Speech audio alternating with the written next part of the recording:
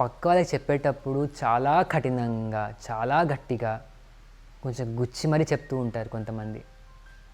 కానీ వాళ్ళ దగ్గరకొచ్చేసరికి మాత్రం దాంట్లో 1% చెప్పినా కూడా చాలా బాధపడతారు, ఇబ్బందిగా ఫీల్ అయిపోతుంటారు.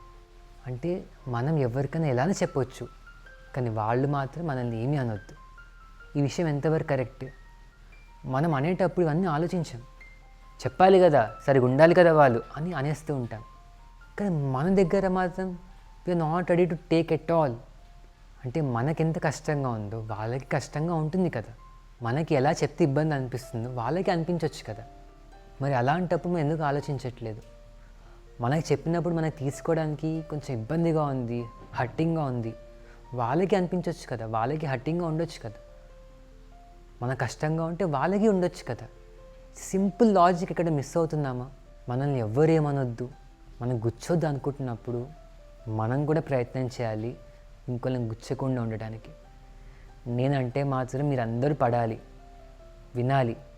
కానీ నేను మాత్రం మీరు చెప్పింది ఏమీ వినను, పడను. ఇది ఏమాత్రం బ్యాలెన్స్ అవ్వట్లే కదా. మన కొన్ని మాటల వల్ల, కొన్ని విషయాల వల్ల ఇబ్బంది అవుతుంది అన్నప్పుడు అట్లీస్ట్ ఆ సెన్సిటివిటీ అర్థం చేసుకొని ఇంకోళ్ళకి మన వల్ల ఇబ్బంది కాకుండా చూసుకుందాం. అంత సింపుల్ విషయమే కదా. చిన్న కేర్ తీసుకుంటే సరిపోతుంది కదా. అక్కడెందుకు పట్టించుకోవట్లేదు? అందరు మనల్ని ఎలా చూసుకోవాలనుకుంటున్నామో మనం అందరిని అలానే చూసుకుందాం. అందరు మనకు ఎలా రెస్పెక్ట్ ఇవ్వాలనుకుంటున్నామో అందరికి అలానే రెస్పెక్ట్ ఇద్దాం. ఆ వ్యత్యాసం ఎందుకు? ఆ డిఫరెన్స్ ఎందుకు? వాళ్ళు మనుషులే, మనము మనుషులమే. కాబట్టి చిన్న విషయం గమనిద్దాం. ఈ చిన్నది అర్థం చేసుకుంటే, ఆ సెన్సిటివిటీ అర్థం చేసుకుంటే అందరితో మనం కూడా ఇంకా బాగుంటాం, ఇంకా బెటర్గా ఉంటాం. మన నుంచి వాళ్ళకి ఇబ్బంది కలగకుండా ఉంటుంది. So let us take care in this aspect. Simple.